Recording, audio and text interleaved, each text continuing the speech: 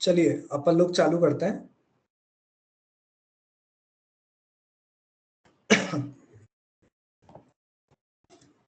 आप लोग अपना वीडियो ऑन कर लीजिए, जो जो भी कर सकते हैं आप।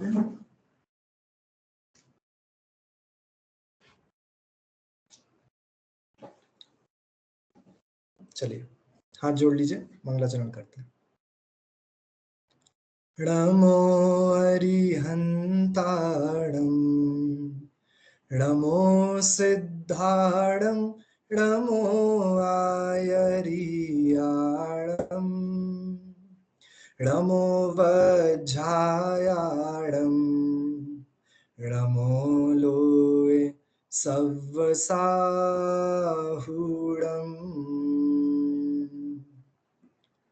मंगलम भगवान वीरो मंगलम गौतमो गणी मंगलम कुंद कुंदार्यो जैन धर्मोस्तु मंगलम सर्व मंगल मांगल्यम सर्व कल्याण कारकम प्रधानम सर्वधर्माणां जैनम जयतु शासनम जैनम जयतु शासनम जैनम जयतु शासनम।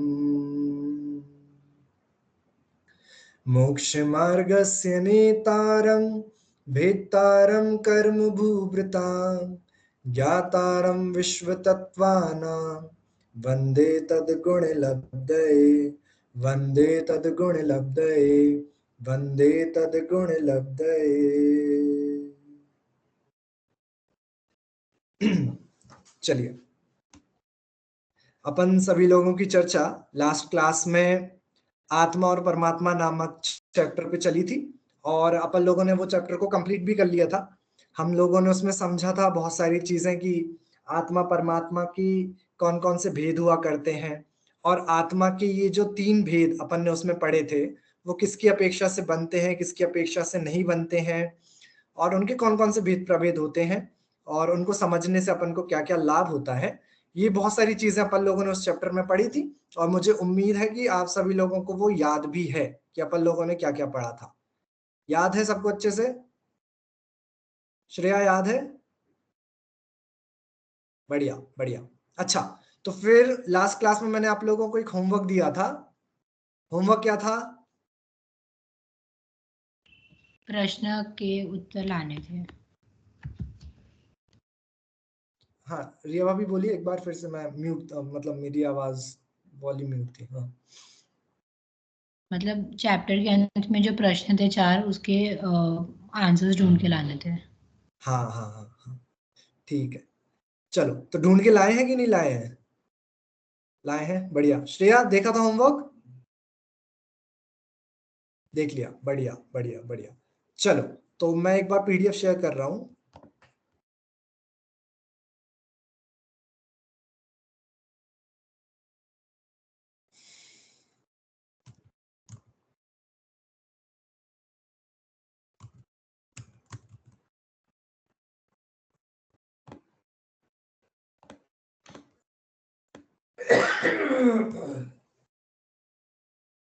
दिखाई दे रहा है? ये प्रश्न थे चारों, ठीक है। तो ये चारों ही क्वेश्चन से हमारा पूरा चैप्टर कवर हो ही जाएगा, है ना, क्योंकि उन्होंने क्वेश्चन ही ऐसे बनाए कि इसमें पूरा चैप्टर कवर हो जाएगा आपका आराम से। ठीक है, तो चलिए, मैं अपन के 4 लोग हैं वैसे, पर वो गेस्ट यूजर से कौन जुड़ा हुआ है मुझे पता नहीं है, शायद शची दीदी जुड़ी हुई है। चलो ठीक है। हाँ चलिए रिया भाभी जल्दी से फर्स्ट क्वेश्चन आप पढ़ भी दीजिए और फिर उसका उत्तर भी बता दीजिए। आत्मा किसे कहते हैं, वे कितने प्रकार के होते हैं और बहिरात्मा का स्वरूप लिखिए। तो आत्मा किसे कैसे कहते हैं? ज्ञान स्वभावी जीव तत्व को आत्मा कहते हैं। हाँ वे कितने प्रकार के होते हैं? वे 3 प्रकार के होते हैं, बहिरात्मा, अंतरात्मा और परमात्मा। और बहिरात्मा का स्वरूप लिखिए तो मिथ्या दृष्टि, जो अज्ञानी मिथ्या दृष्टि जीव है उसे बहिरात्मा कहते हैं। बहुत बढ़िया बहुत बढ़िया, बिल्कुल सही उत्तर है आपका। चलिए श्रेया, नेक्स्ट क्वेश्चन और आंसर।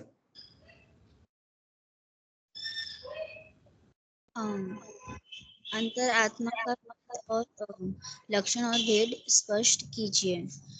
तो अंतरात्मा अर्थात जो भेद ज्ञान के बल से आत्मा और आत्मा और शरीर को अलग अलग मानता है, जो सम्यक दृष्टि जीव होता है, उसे अंतरात्मा कहते हैं। हाँ। उन भेद है उत्तम अंतरात्मा, मध्यम अंतरात्मा और जघन्य अंतरात्मा। उत्तम हाँ। अंतरात्मा, उसके भेद स्पष्ट करना। हाँ, बता दीजिए। उत्तम अंतरात्मा योग सार के अनुसार 12वें गुणस्थान वाले जीव को उत्तम अंतरात्मा कहा गया है। और आपने लास्ट क्लास में बताया था कि और चौडाला के अनुसार 7 से 12वें गुणस्थान वाले जीव को उत्तम अंतरात्मा कहा गया है। ओके।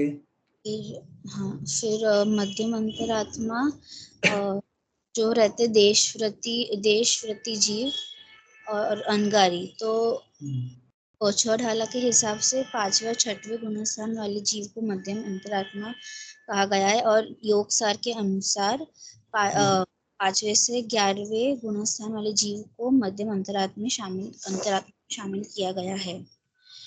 और जघन्य, एक मिनट फिर से बोलिए ये वाला। 5वें से 11वें गुणस्थान वाले जीव को मध्यम अंतरात्मा कहा गया है। As per छेडाला? नहीं, एज पर योगसार, ये के अनुसार।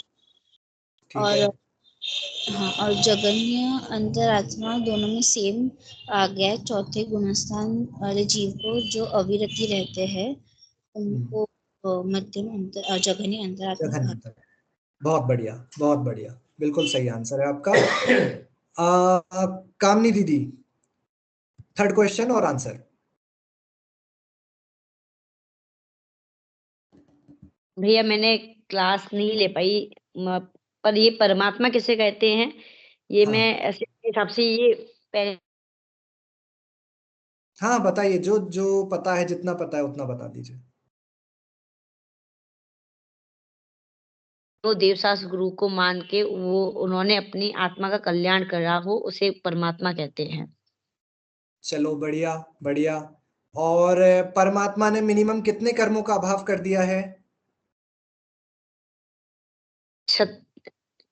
36-46 मूल गुण। 8 कर्मों में से बता दीजिए। 8 कर्मों में से परमात्मा को मिनिमम अभी, मतलब परमात्मा बनने के लिए, चालू करने के लिए मिनिमम कितने कर्मों का अभाव करना पड़ेगा 8 में से? 8 कर्मों का। 8 का कर देंगे वो तो निकल परमात्मा हो जाएंगे, लेकिन सकल परमात्मा भी तो है ना। तो सकल परमात्मा बनने के लिए कितने कर्मों का अभाव करना पड़ेगा? उनका भी 8 का ही करना पड़ेगा। रिया भाभी सही बोल रही हैं क्या कामनी दीदी? नहीं, 4 का करना पड़ेगा पहले। 4 का करना पड़ेगा कामनी दीदी, क्योंकि 4 घाती, हाँ ठीक है। अरहंत परमेष्टि को 4 घातिया कर्मों का अभाव हो चुका है ना। तो 4 घाती कर्मों का अगर अभाव हो जाए तो सकल परमात्मा तो बन ही जाते हैं, ठीक है। और निकल परमात्मा सिद्ध भगवान, जिनको 8 कर्मों का अभाव हो गया है, ठीक है। और चौथा क्वेश्चन है, चलो ठीक है। अब आपकी जो क्लास छूट गई थी कामनी दीदी, वो आप ऑनलाइन देखकर आप एक बार अटेंड कर लीजिएगा। फिर अगर कोई डाउट होता है तो फिर मुझसे पूछ लीजिएगा आप, है ना। ठीक है सर, हाँ जी ठीक है। और चौथा क्वेश्चन अपना है, मुनिराज योगिंदु के व्यक्तित्व एवं कर्तृत्व पर संक्षिप्त प्रकाश डालिए। तो आप लोगों को याद होगा चैप्टर के स्टार्टिंग में दिया गया है, क्योंकि ये चैप्टर जो है वो योगसार जी ग्रंथ के अनुसार और परमात्मा प्रकाश जी ग्रंथ के अनुसार ये चैप्टर लिखा गया है। और इन महान ग्रंथों के कर्ता जो हैं उन आचार्य का नाम है योगिंदु आचार्य, ठीक है। तो योगिंदु आचार्य का परिचय ऐसा कुछ बहुत ज्यादा मिलता नहीं है, लेकिन ऐसा माना जाता है कि आप कुंद आचार्य से बहुत ज्यादा प्रभावित थे और उनके ही शिष्य रहे होंगे, क्योंकि उनका ही लैंग्वेज और उनका ही विषय कंटेंट इनके ग्रंथों में भी बहुत सारी जगह पर मिलता है, ठीक है।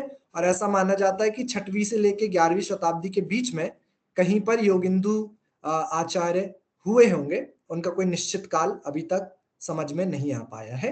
तो ऐसा थोड़ा बहुत परिचय आचार्य देव का हमको मालूम है। ठीक है, तो ये सारी चर्चा, एक मिनट अब मैं वीडियो ऑन कर लेता हूं। हाँ, तो ये सारी चर्चा अपन लोगों ने लास्ट चैप्टर जो था अपना आत्मा और परमात्मा, उसमें करी थी। आज से अपन लोगों को अब एक नया चैप्टर प्रारंभ करना है, और उसके पहले इस चैप्टर में आत्मा परमात्मा में कोई भी डाउट है क्या? कुछ और समझना हो, कुछ नए इनपुट्स हो, या फिर वो 6 डाला योगसार का जो अपन लोगों ने अलग अलग वो जो समझा था उसमें कोई दिक्कत हो, परेशानी हो, कोई डाउट है? रिया भाभी, श्रेया, नहीं है? तो आगे बढ़ सकते हैं अपन, पक्का? चलो ठीक है, तो फिर आज से अपन लोग एक नया अध्याय, एक नया चैप्टर प्रारंभ कर रहे हैं जिसका नाम है 7 तत्व। ठीक है, और आप ऐसे समझ सकते हैं ये 7 तत्व का जो चैप्टर है ये आपके पूरे सिलेबस का सबसे ज्यादा जरूरी चैप्टर है। ठीक है, क्योंकि ये 7 तत्व जो है, ठीक है, यही एक तरीके से आप कह सकते हैं इनका श्रद्धान करना ही सारे के सारे जिनागम का सार है। ठीक है, सारे जिनागम का रहस्य, सारे जिनागम को अगर आप सार निकाल दें, उसका अगर आप शॉर्ट कर दें, ठीक है, एब्रीविएट कर दें, तो फिर वो 7 तत्व ही है जो है। ठीक है, मतलब जिनवाणी की पूरी बात इन 7 तत्वों के श्रद्धान में आ जाती है। इसलिए इस चैप्टर को समझना, इस कॉन्सेप्ट को समझना हम सभी लोगों के लिए बहुत इंपॉर्टेंट है, और इस चैप्टर को खास करके आपको बहुत उपयोग लगाकर और बहुत अच्छे तरीके से समझना है। ठीक है, क्योंकि this is the most important chapter in your whole syllabus. ठीक है, तो ये 7 तत्व का चैप्टर आज अपन लोग प्रारंभ करना है, और जैसे अपन लोगों की शैली है, मतलब अपन लोग पहले बुक पे नहीं पढ़ेंगे, बुक से नहीं पढ़ेंगे, पहले अपन लोग सब कुछ 7 तत्वों के बारे में समझ लेंगे, जो जो भी हमें समझना चाहिए, उसके बाद अपन लोग बुक पे जाएंगे। ठीक है, तो फिर क्या होगा, अपन लोगों को जैसा अपन ने आत्मा परमात्मा में पहले से ही सब कुछ अपन लोगों ने समझ लिया था कि क्या क्या इस चैप्टर में आने वाला है, क्या क्या भेद प्रभेद होंगे, उनकी परिभाषाएं क्या है। उसके बाद जब अपन चैप्टर पे गए थे तो अपन का फटाफट चैप्टर हो गया था, क्योंकि अपन लोगों को ऑलरेडी सब कुछ अपन लोगों ने समझ लिया था। ठीक है, तो अपन 7 तत्व के चैप्टर में भी यही करेंगे, लेकिन 7 तत्व वाले चैप्टर को अपन थोड़े और एक्सप्लेन्ड वे में और अच्छे से और धीरे धीरे समझने की कोशिश करेंगे। ठीक है, तो इतना आप लोगों को अच्छे से ध्यान रखना है। ठीक है, तो चलिए अपन लोग चालू करते हैं। 7 तत्व, 7 तत्व पे जाने से पहले वी विल अंडरस्टैंड कि तत्व क्या है। ओके, और इसको समझना क्यों जरूरी है। ठीक है, तो हो सकता है ये तत्व के बारे में आप लोगों को पहले से पता भी हो, पर मैं फिर से बता देता हूं तत्व शब्द का क्या मतलब होता है। ठीक है, तत्व मतलब क्या होता है? तो तत्व जो है, अगर आप इसका संधि विकसित करेंगे इस शब्द का, तो इसमें से 2 शब्द निकल कर आते हैं। ठीक है, 2 शब्दों के संधि करके ये शब्द बना है। पहला शब्द आता है तत्, ठीक है, पहला शब्द आता है तत्, और दूसरा शब्द आता है त्वा।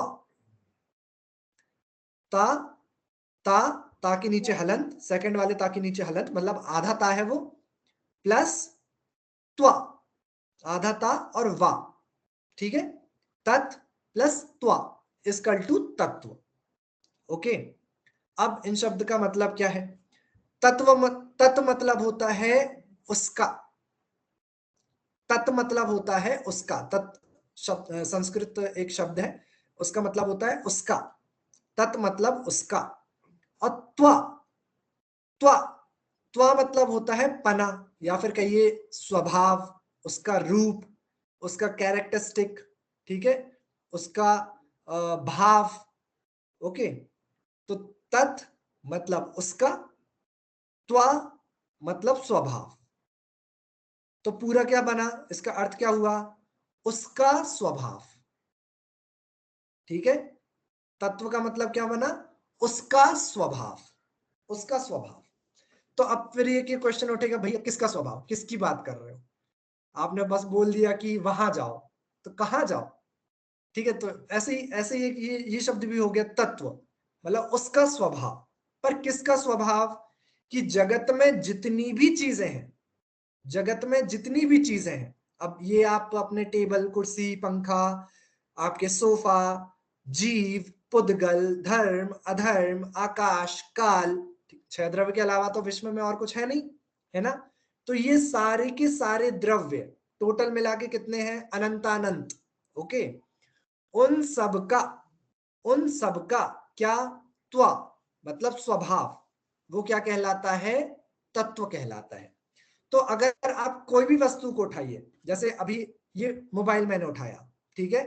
अब इस मोबाइल का जो त्व होगा, त्व मतलब स्वभाव होगा, वो उसका तत्व कहलाएगा।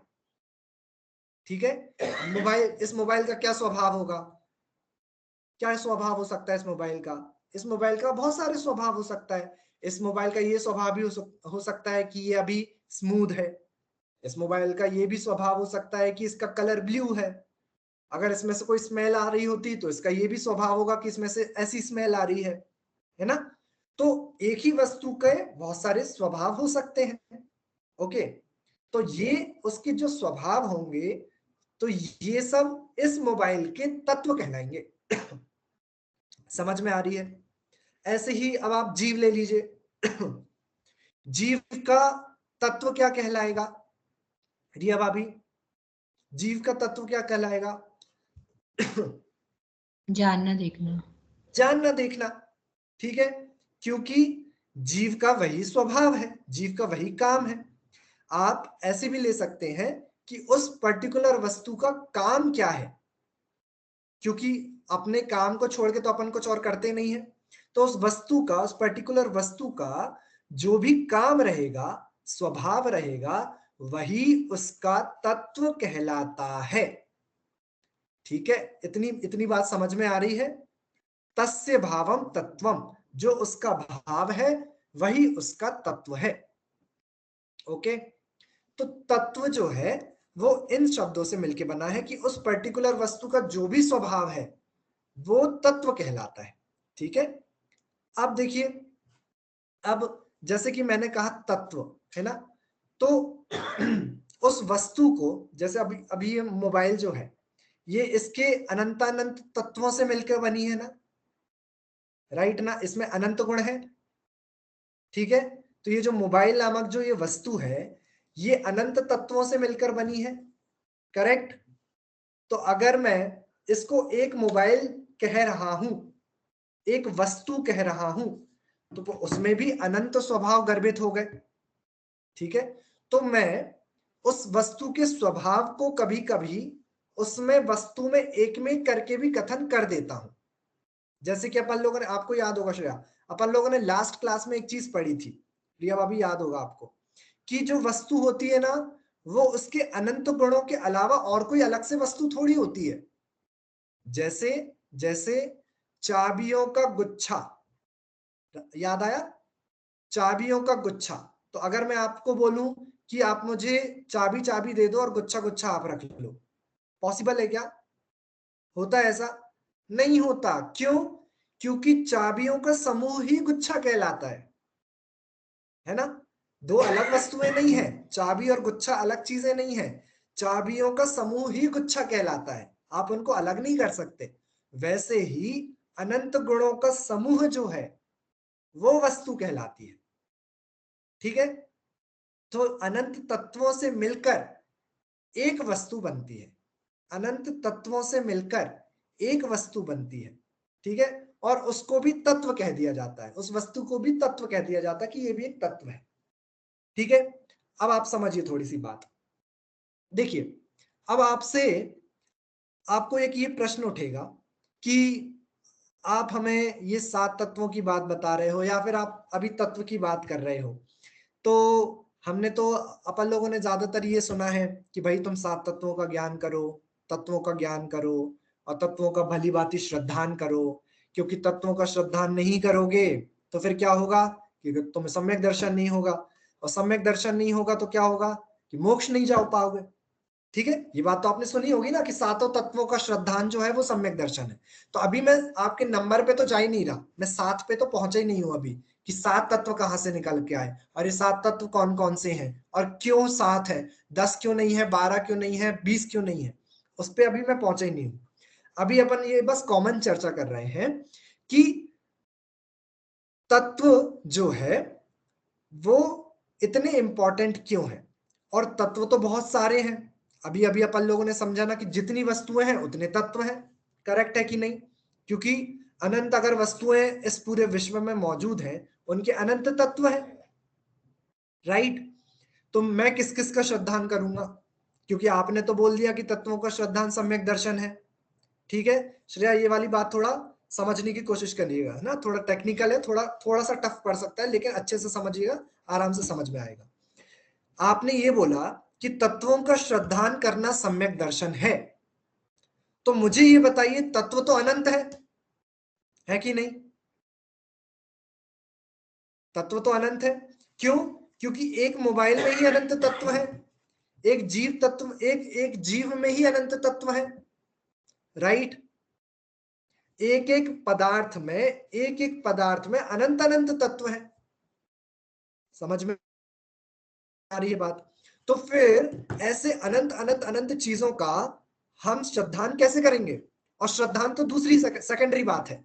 श्रद्धान तो सेकेंडरी बात है।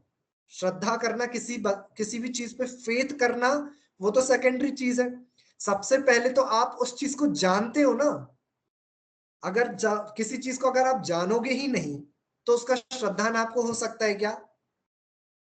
श्रेया, अगर आपने किसी चीज का, अगर आपको किसी चीज का ज्ञान नहीं हुआ, नॉलेज नहीं हुई, आपको पता ही नहीं है कि वो चीज क्या है, तो क्या आप उसका श्रद्धान और फेथ डेवलप कर लोगे क्या उस चीज के बारे में?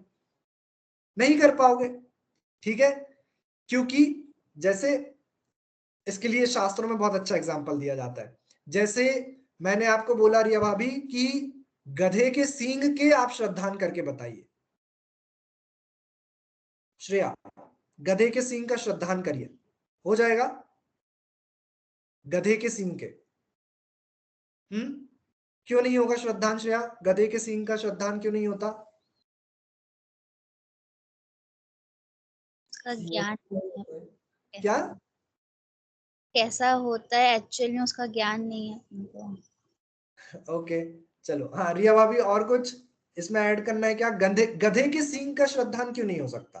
गधे का सींग का श्रद्धान हम क्यों ही करें? उसमें ऐसा क्या ही बेनिफिट है कि हमें आगे बढ़ा सकता है, अरे इसलिए हम उसको कामनी श्रद्धान दीदी, नहीं करते। जस्ट फॉर अंडरस्टैंडिंग, आप मान लीजिए कि गधे का सींग का अगर आपने श्रद्धान कर लिया तो आपको सम्यक दर्शन हो जाएगा।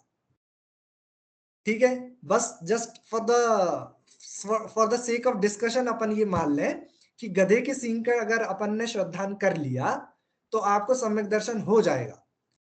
फिर भी बताइए कि गधे के सींग का श्रद्धान क्यों नहीं हो सकता?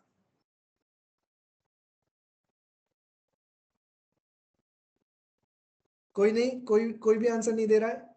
रिया भाभी, जो भी लग रहा है वो बोल दीजिए, गलत सलत भी चलेगा। मतलब कभी अगर देखा ही नहीं उस चीज को तो श्रद्धान कैसे होगा? उसको सींग होती ही नहीं है ना, पहली बात गधे को। गधे के सींग नहीं वही मैं होते। सुनना चाह रहा था, गधे के सींग होते ही कहाँ है? कामनी दीदी, गधे के सींग ही नहीं होते हैं भाई।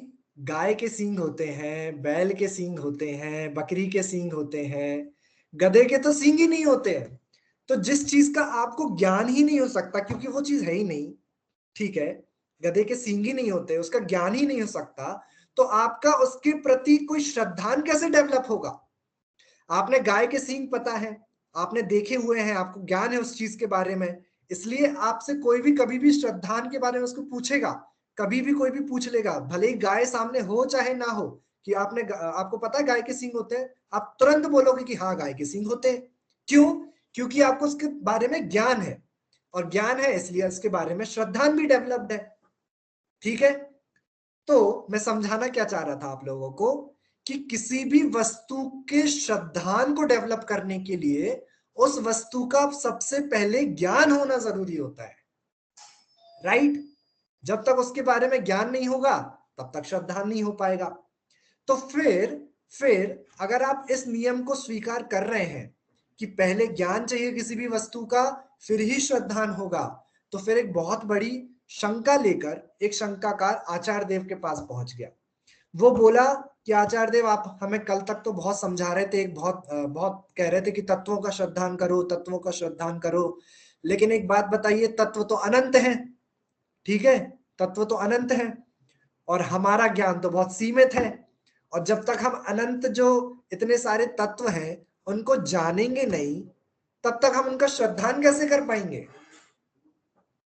समझ में आई बात? क्वेश्चन समझ में आया पहले कि नहीं?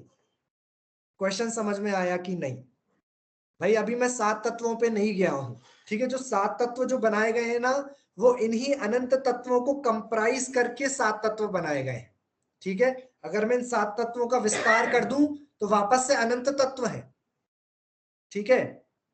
तो क्वेश्चन ये उठ रहा है शंकाकार को कि आप कह रहे हो कि जानकर ही श्रद्धान होता है, ठीक है। तत्व अगर 1-2 होते तो हम जानकर उनका श्रद्धान कर लेते और सम्यक दर्शन पा लेते, लेकिन तत्व तो है अनंत।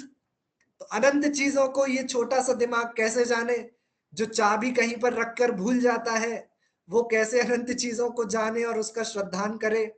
जो ये भूल जाता है कि कल हमने क्या खाया था, वो इतने अनंत तत्वों को कैसे जाने और कैसे उसका श्रद्धान करे? आचार्य देव, हम तो बहुत ही मंद बुद्धि है, हमारा क्षयोपशमिक ज्ञान तो बहुत ही कम है ना। अपन लोगों को कहाँ कुछ ज्यादा याद रहता है, अपन की बुद्धि थोड़ी ना इतनी कुछ तेज है, अपना क्षयोपशम ज्ञान जब बहुत ज्यादा तेज तो है नहीं कि अपन लोग बहुत बहुत सारा ज्ञान कर लें। और हम अनंत जैसी चीज को जो कभी खत्म ही नहीं हो सकती, फिर हम उनको कैसे जाने और कैसे उनका श्रद्धान करें? ये बहुत इंपॉर्टेंट क्वेश्चन शंकाकार ने आचार्य देव के सामने रखा। आप लोगों को ये क्वेश्चन समझ में आया कि नहीं आया? हाँ आया।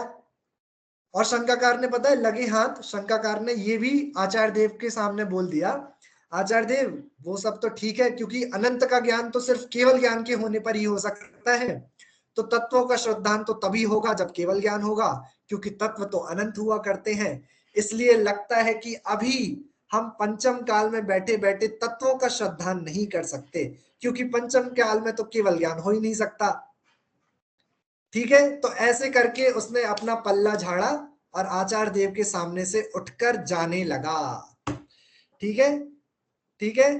अब आपको समझ में आ रही है कॉम्प्लिकेशन कहां पर आ रही है हमारे तत्वों के श्रद्धान में? श्रेया समझ में आ रहा है व्हाट इज द कॉम्प्लिकेशन इन तत्वों का श्रद्धान? कामनी दीदी समझ में आ रहा है व्हाट इज द कॉम्प्लिकेशन इन तत्वों का श्रद्धान? हाँ जी भैया जी। अच्छा, तो मुझे बताइए कि क्या क्या क्या दिक्कत क्या आ रही है तत्वों के श्रद्धान में शंकाकार को? कामनी दीदी समझने में इतना ज्ञान ही नहीं है। हाँ, और तत्व कितने हैं? तब तो 7 है वैसे नहीं नहीं, अनंत अनंत है, कोई वही नहीं हाँ है। अभी अपन अनंत पे हैं, अपन अभी 7 पे नहीं पहुंचे हैं, वो अपनी की बात की चर्चा है। आप पहले अभी ये मानिए कि अनंत तत्व है, ठीक है। और अनंत तत्वों का श्रद्धान करने के लिए पहले अनंत तत्वों का ज्ञान करना जरूरी है, क्योंकि ज्ञान के बिना श्रद्धान होता नहीं है। यह भी आप लोगों ने गधे के सींग के उदाहरण के माध्यम से समझा। तो अनंत तत्वों का ज्ञान हम कैसे करेंगे, क्योंकि हमारा ज्ञान तो बहुत कम है ना आचार्य देव, ठीक है। तो ऐसा अपना पल्ला झाड़ के वो शंकाकार आचार्य देव के सामने से उठने लगा कि जब केवल ज्ञान होगा तब देखेंगे तत्वों का श्रद्धान वृद्धान, अभी हमें छोड़ दो महाराज, हमारा इतना ज्ञान नहीं है, ठीक है। आचार्य देव ने उसको बहुत अच्छे तरीके से एक बात समझाई। आचार्य देव ने उसको बोला कि भैया एक बात समझो, जो तुमने बोला ना कि अभी आपका क्षयोपशमिक ज्ञान कम है और आप अनंत तत्वों का ज्ञान एक साथ नहीं कर सकते, आप बिल्कुल 100% सही बात कह रहे हैं। अभी आप बैठो, आप अभी उठ के मत जाओ, अभी हम तुम्हें एक बात और समझा रहे हैं। ऐसे करके आचार्य देव ने उस शंकाकार को बिठाया अपने पास। उन्होंने बोला कि तुम बिल्कुल सही बात कह रहे हो कि अभी तुम्हारा पंचम काल है, केवल ज्ञान नहीं हो सकता, तुम्हारा ज्ञान बहुत कम है, मंद है, तुम अनंत तत्वों का ज्ञान नहीं कर सकते। बिल्कुल सही बात कह रहे हो यार तुम। लेकिन आचार्य देव ने उसको एक बात और बोली। आचार्य देव ने उसको बोला कि देखो, उन अनंत तत्वों में से भी हम ये नहीं कह रहे हैं कि तुम वो अनंत के अनंत तत्वों को जानो। तो ये सुन के जो सामने शंकाकार बैठा हुआ था उसकी आंखें चमक गई।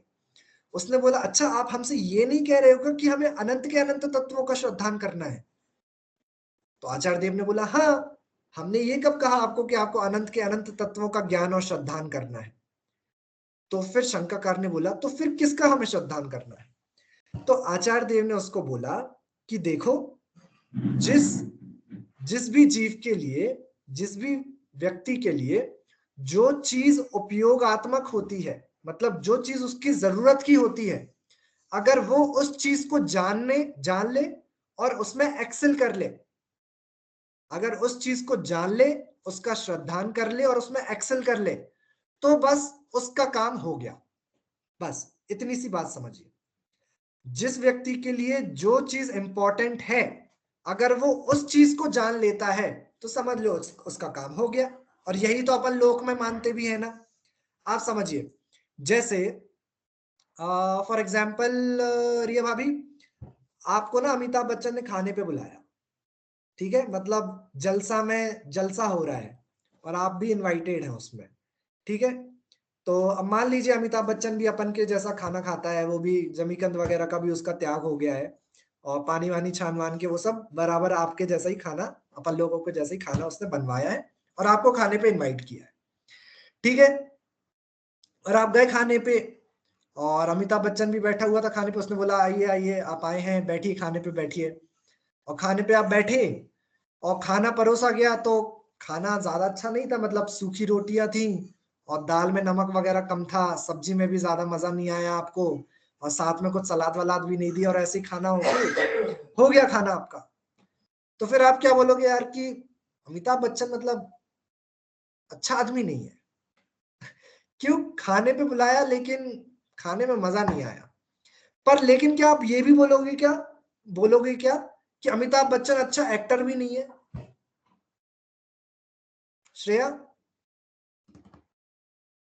अमिताभ बच्चन अच्छा आदमी नहीं है जब आपने ये बोला, ठीक है। अच्छा, और ये भी मान लीजिएगा कि वो जो खाना बनाया था ना वो अमिताभ बच्चन ने ही बनाया था, ठीक है, ठीक है, तब आपका उदाहरण पूरा सेट होगा। ओके, हाँ, तो अब बताइए, अमिताभ बच्चन अच्छा आदमी नहीं है, इस कथन के उद्देश्य में आप ये कहना चाह रहे हैं ना कि अमिताभ बच्चन अच्छा कुक नहीं है, राइट? आप ये नहीं कहना चाह रहे कि अमिताभ बच्चन अच्छा एक्टर नहीं है, ठीक है। उसी प्रकार मतलब इसमें मैं कहना क्या चाह रहा था एग्जाम्पल में, भाई अमिताभ बच्चन का जो मेन काम है जिसके कारण उसकी प्रसिद्धि है, वो उस काम में एक्सेलेंट है, उसको वो काम बखूबी आता है, ठीक है। लेकिन जो काम में वो एक्सेलेंट है ही नहीं, खाना पकाना, अगर आप उसके हिसाब से उसको जज करोगे तो वो तो गलत हो गया। हाँ, वो एक्सेलेंट एक्टर है लेकिन वो अच्छा कुक नहीं है। क्यों? क्योंकि उसका जो मेन काम है वो क्या है? वो एक्टिंग करना है, ठीक है। तो जो भी वस्तु को, जो भी व्यक्ति को जो जरूरी है, अगर उसको वो काम आता है, अगर उसको उन चीजों का ज्ञान है, तो ऐसा मान लिया जाता है कि उसको बाकी सब की जरूरत नहीं है, बाकी सब उसको आए चाहे ना आए चलेगा। अमिताभ बच्चन अच्छा एक्टर है, भले ही अब उसको अच्छा खाना बनाना आता हो चाहे नहीं आता हो, राइट, ठीक है। क्यों? क्योंकि उसका मेन काम क्या है? एक्टिंग करना, और वो उसको आता है तो बात खत्म, बस। Correct, correct. ऐसे ही आचार्य देव उस शंकाकार को यह समझाने की कोशिश कर रहे हैं, भैया तुम्हें वो अनंत के अनंत चीजों को जानने की जरूरत नहीं है। अमिताभ बच्चन को कुकिंग भी आए, क्रिकेट खेलना भी आए और उसको पढ़ाना भी आए और सिखाना भी आए, पेंटिंग करना भी आए, जरूरी नहीं है। वाई? क्योंकि वो एक्टर है और उसको एक्टिंग आनी चाहिए, बस। वैसे ही आपको ये अनंत अनंत अनंत तत्वों में माथाफोड़ी करने की जरूरत नहीं है। क्यों?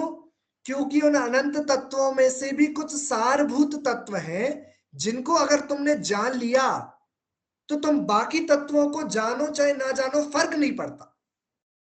जैसे अमिताभ बच्चन को अगर एक्टिंग आती है तो he is a good actor, फिर बाकी उसको अनंत चीजें आती हो चाहे नहीं आती हो फर्क नहीं पड़ता।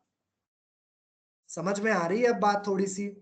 वैसे ही इन अनंत तत्वों में से कुछ ऐसे तत्व हैं कुछ ऐसे तत्व हैं, अब मैं टर्म यूज करने वाला हूं जो शास्त्रों में आप पढ़ेंगे, कुछ ऐसे प्रयोजनभूत तत्व हैं, शब्द सुना है पहले, प्रयोजनभूत तत्व, ठीक है।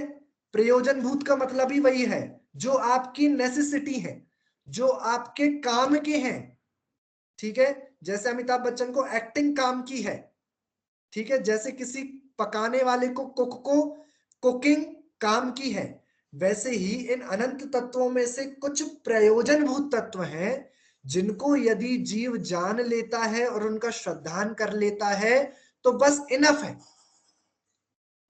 और तुम्हें अनंत में माथा फोड़ी करने की जरूरत, चाहे तुम उनको जानो चाहे नहीं जानो, आपके मोक्ष मार्ग में कोई फर्क नहीं पड़ेगा। समझ में आ रही है बात? अब समझ में बात में आई। तो शंकाकार ने तुरंत आचार्य देव से बोला, तो आचार्य देव इसका मतलब ये हुआ कि उन अनंत तत्वों को हम दो भागों में बांट सकते हैं। आचार्य देव ने बोला बिल्कुल सही, तुम सही जा रहे हो, बांटो। कौन कौन से? श्रेया आप बता दो कौन कौन से।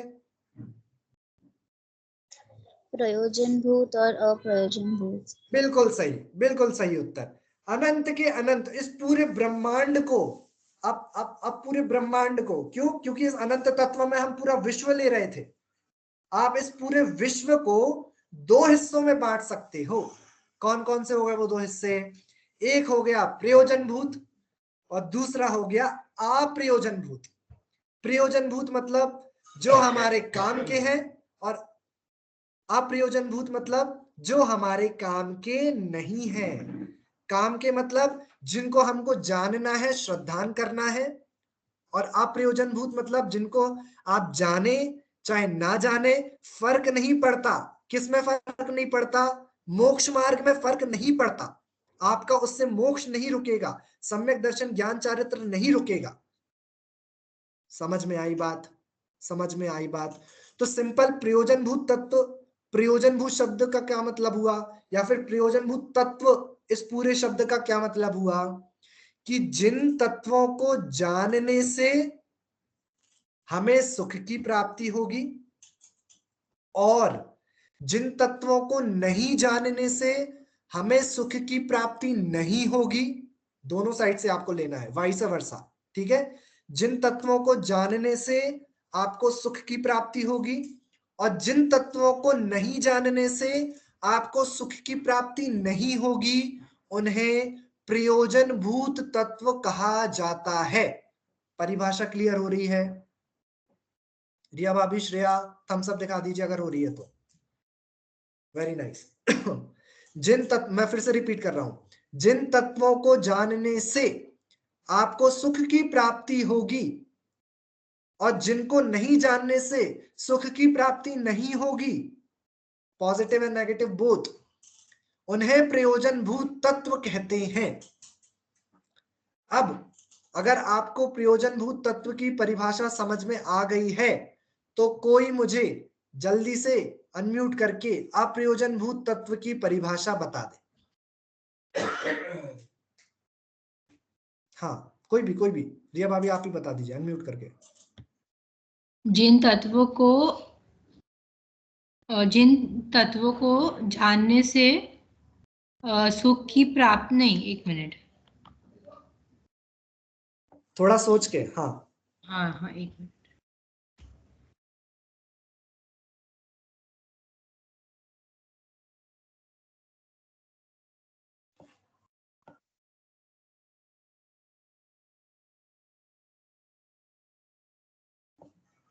कामनी दीदी आप ट्राई करना चाहेंगी? हाँ बोलो रिया भाभी, बोलो।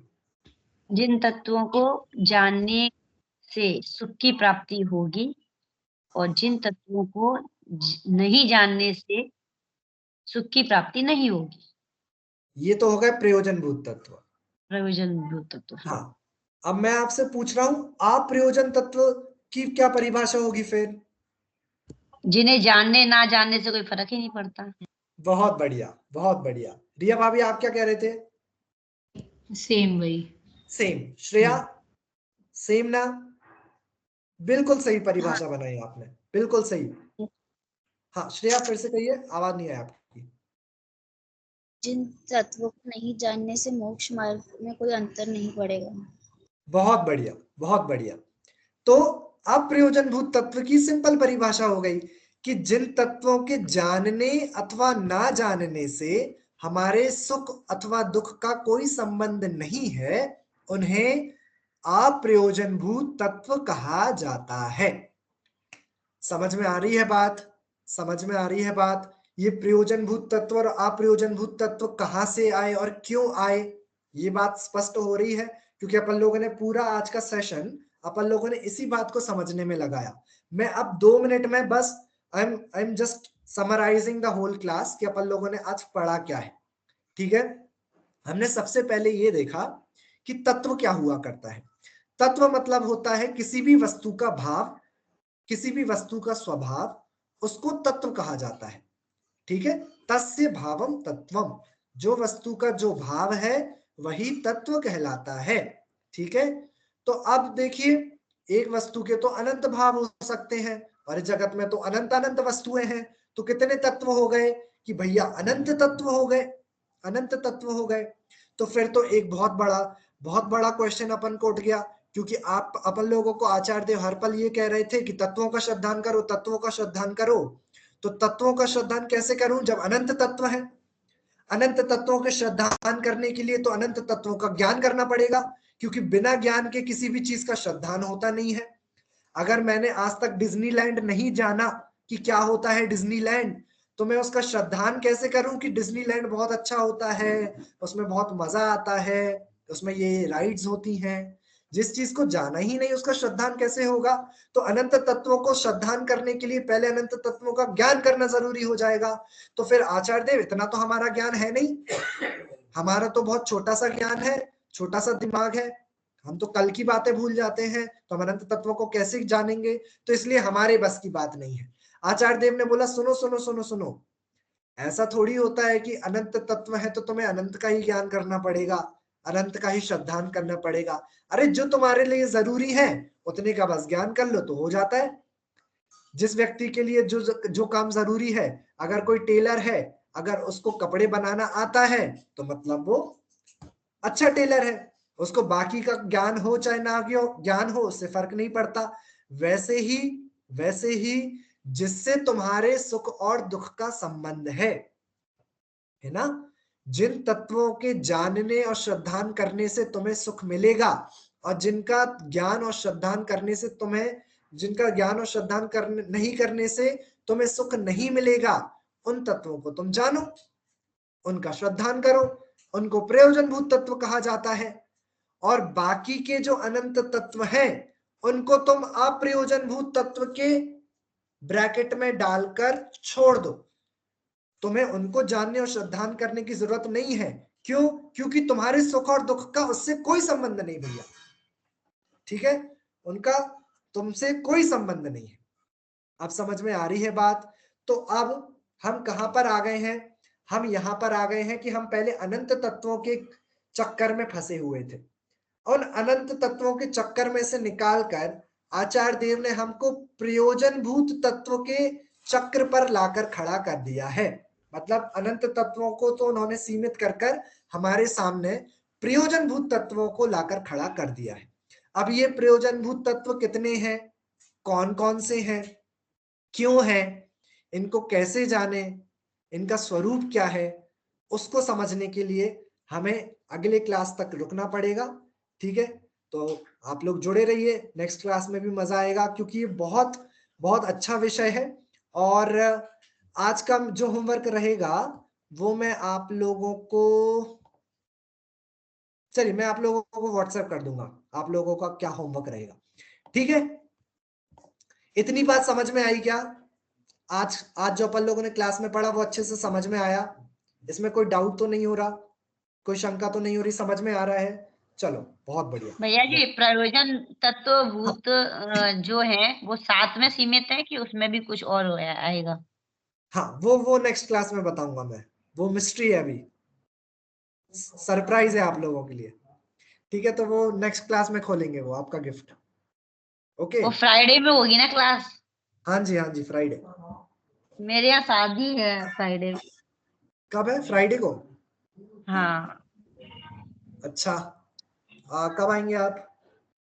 मैं 16 को आ जाऊंगी।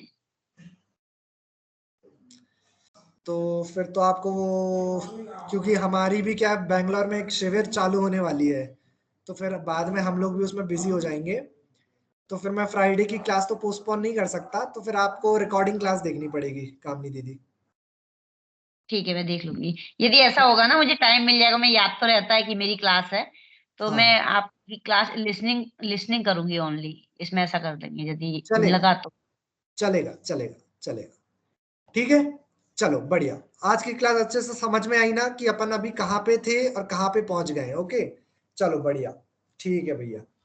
तो होमवर्क मैं आप लोगों का बता दूंगा, अभी टाइम हो गया है, चलिए जिनवाणी स्तुति कर लेते हैं, फिर अपन लोग एंड करते हैं। निज निधि निज में बताई, यह अनंत उपकार है, इसके लिए जिनवाणी माँ को वंदना शत बार है। नौवर्णम कर्म।